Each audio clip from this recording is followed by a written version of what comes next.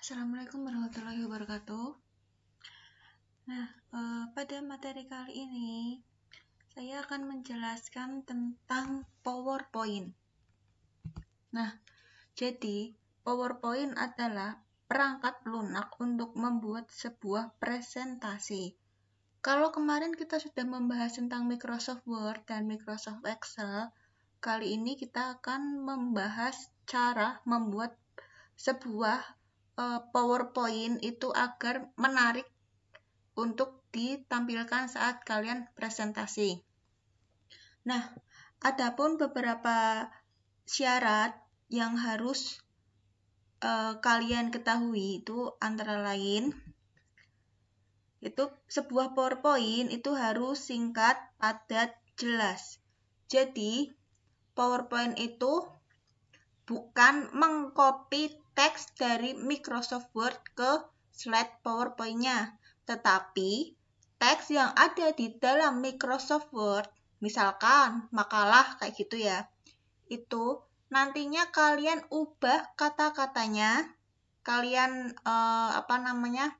rangkum atau ringkas menggunakan bahasa kalian sendiri, baru kalian tulis ulang di dalam slide PowerPoint-nya. Bukan di copy paste ya. Dan untuk PowerPoint itu kalau bisa kalian hindari penggunaan kata adalah, merupakan, yaitu, ialah. Jadi misalkan komputer adalah kayak gitu, komputer adalah bla bla bla bla bla. Nah, kalian bisa jelaskan di slide PowerPoint kalian itu komputer, alat elektronik untuk menghitung atau membantu pekerjaan manusia. Seperti itu ya. Jadi sebuah PowerPoint itu harus singkat, padat, dan jelas. Jangan terlalu banyak teks karena PowerPoint namanya juga PowerPoint berarti yang diambil hanya poin-poinnya saja, bukan menjabarkan. Nah, kalau menjabarkan teks itu tugasnya Microsoft Word.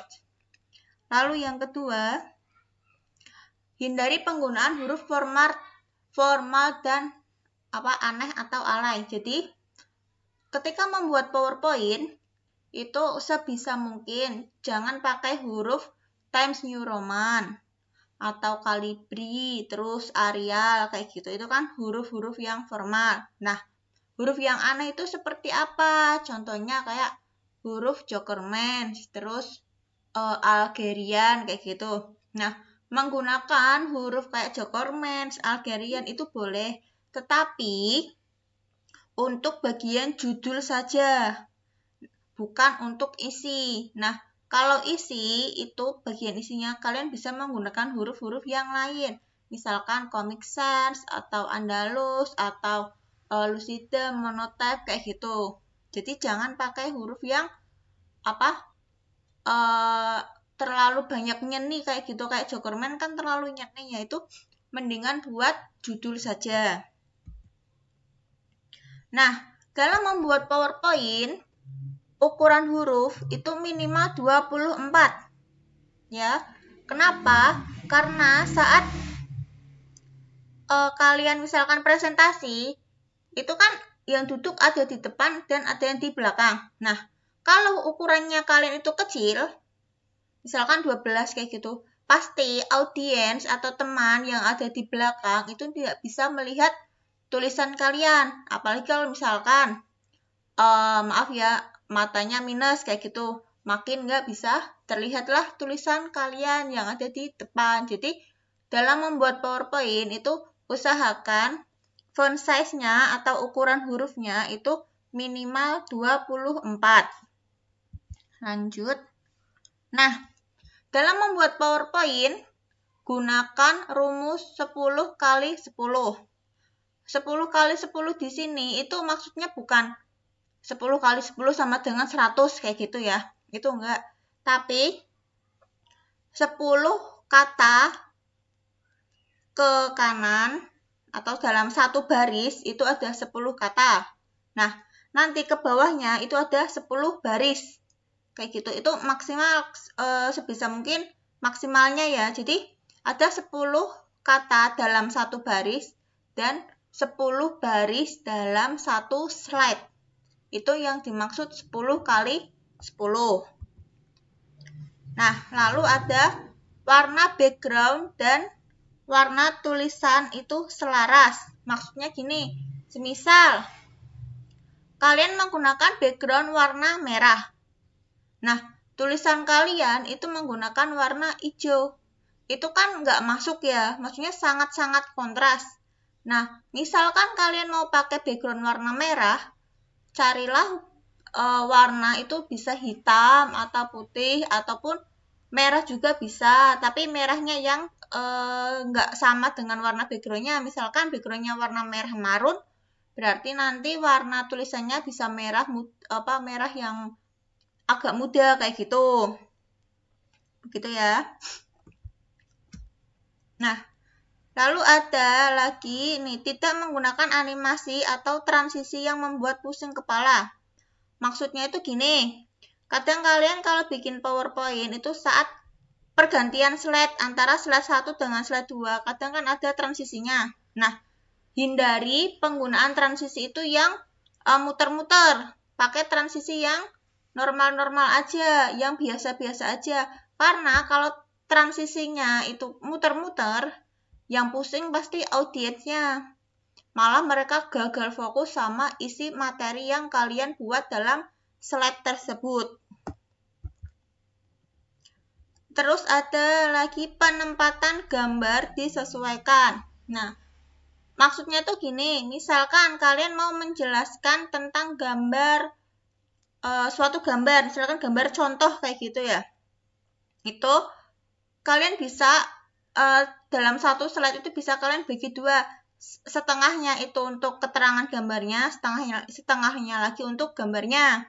Jadi kan gambarnya itu nggak terlalu besar, nggak terlalu kecil juga. Nah, tetapi kalau misalkan gambar itu menunjukkan suatu diagram ataupun alur, misalkan skema kayak gitu, gunakan satu slide sendiri, misalkan gambar skema pernafasan. Nah, itu dalam satu slide sendiri. Nanti untuk keterangan itu bisa di slide selanjutnya. Seperti itu. Jadi, saat ada gambar diagram ataupun skema, itu jangan cuma setengah slide aja kayak gitu. Karena gambar atau gambar skema ataupun diagram itu kan biasanya panjang ya alurnya. Nah, kalau semisal itu kalian bikinnya cuma setengah slide aja, otomatis gambarnya itu akan jadi kecil. Nah, audiens itu nggak bisa lihat. Jadi, untuk diagram ataupun alur atau skema itu dibuat satu slide tersendiri. Nah, yang untuk setengah slide itu yang kayak misalkan contoh-contoh gambar seperti itu. Nah, yang terakhir ini tidak menggunakan animasi bergerak atau GIF. GIF itu yang gambar-gambar bergerak itu ya, itu sebisa mungkin jangan kalian gunakan. Karena biasanya gambar-gambar kayak gitu kan kartun. Nah, misalkan kalian mau bikin PowerPoint tentang sejarah Indonesia. Terus kalian kasihnya gambar SpongeBob. Gambar-gambar gerak SpongeBob kayak gitu. Itu otomatis audiens itu nggak akan fokus ke materi kalian, tapi lebih fokus ke gambar SpongeBob itu. Makanya penggunaan GIF atau animasi bergerak itu sebisa mungkin dihindari atau bila perlu nggak usah kayak gitu ya. Kalau misalkan kalian mau memberikan, itu bisa untuk di ucapan terima kasih di bagian akhir slide. Tapi untuk bagian isi, jangan diberi gambar animasi yang bergerak. Kalau misalkan kalian ingin memberi animasi bergerak kayak gitu, atau biar audiensnya nggak bosen, kalian cari gambarnya atau animasinya itu yang sesuai dengan materi kalian ya. Jadi jangan bertolak belakang seperti itu. Oke? Untuk materi PowerPoint cukup sampai di sini. Semoga kalian paham. Terima kasih.